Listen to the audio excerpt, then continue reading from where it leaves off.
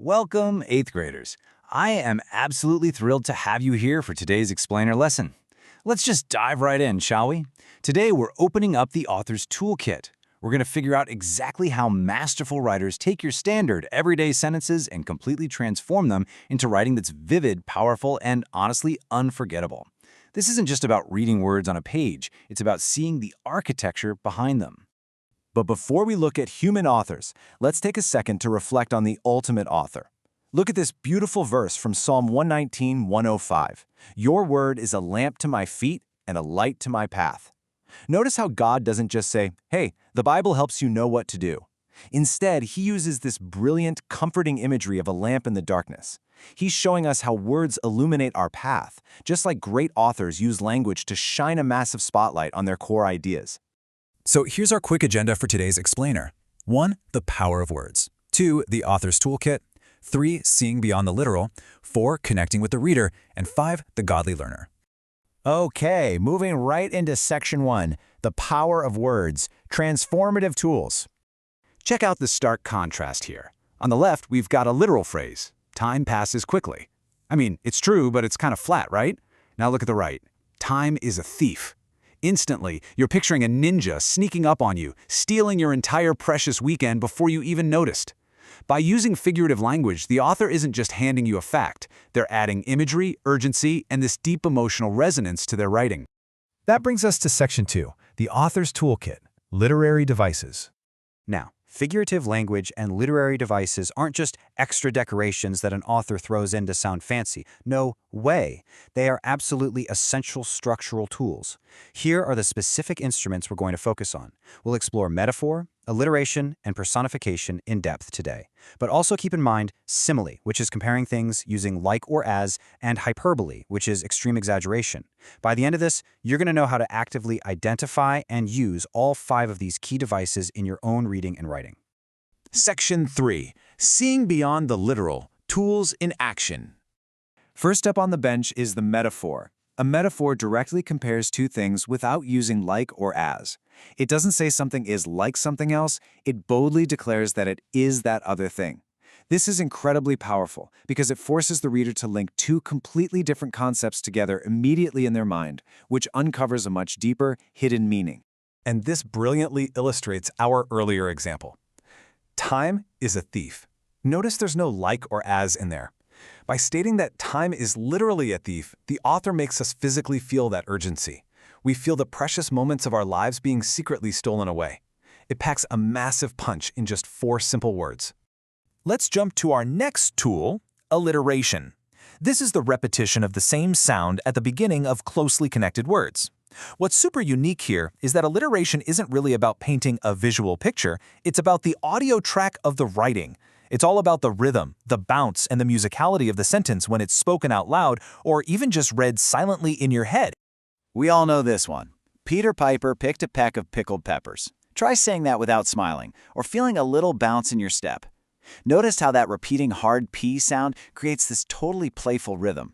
It dictates the pace at which you read the sentence and makes the phrase almost impossible to forget. Authors use this all the time to make their writing incredibly catchy. Next up, we have personification. This is exactly what it sounds like, giving a person's characteristics, emotions, or actions to non-human things. This tool literally breathes human life into the inanimate world around us, and it can actually make the setting of a story feel like an active, living character. Think about this sentence. The wind whispered secrets through the trees. Logically, we know the wind doesn't have vocal cords, right? It can't actually whisper. But this specific choice of words instantly paints a scene completely filled with mood. It turns a simple breeze into an entity that's secretive and mysterious.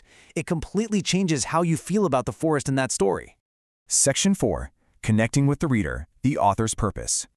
Now, identifying these tools, spotting a metaphor, or calling out personification, that's just the very first step. Now we really need to put on our critical thinking hats. So the absolute most crucial point is this question right here. Why did the author choose this? When you're reading and you spot a device, you got to ask yourself this. Why didn't they just use literal language?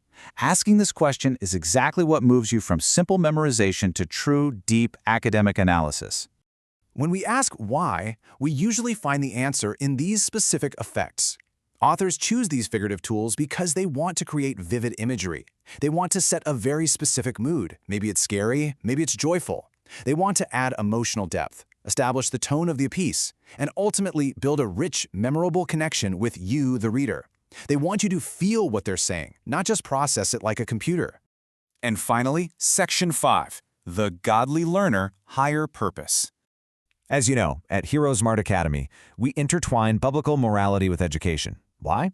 Well, because education without morality can actually hurt. Understanding how to manipulate language, how to use metaphors and tone to influence people, that makes you highly capable and highly intelligent. But knowledge and intelligence without godly wisdom and morality, that could be dangerous. It can be used to deceive or tear others down.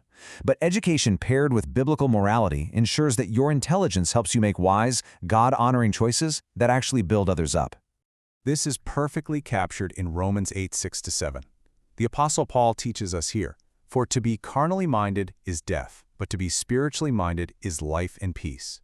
If we only focus on the worldly power of our words, we totally miss the mark. But keeping our minds spiritually centered on God is what truly leads to life, peace, and the proper use of the knowledge we're gaining right here in class. So my challenge to you is crystal clear. Pursue academic excellence while keeping your mind centered on God. I want you to master these literary devices, absolutely, but use that knowledge to make wise, righteous choices in how you communicate. Use your understanding of the power of words to speak truth and wisdom into the world.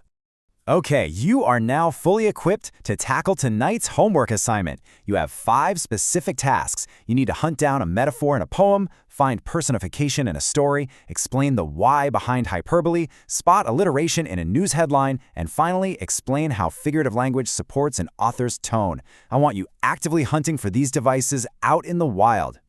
As we wrap up this explainer, I want you to really remember the HeroesMart Academy philosophy. Education paired with biblical morality ensures your intelligence helps you make wise, God-honoring choices. Knowledge shouldn't just make you capable, it should make you spiritually minded, which, as Romans 8 reminds us, leads to life and peace. So how will you use the power of your words today to shine a light on God's truth? Have a fantastic rest of your day, 8th graders, and happy reading.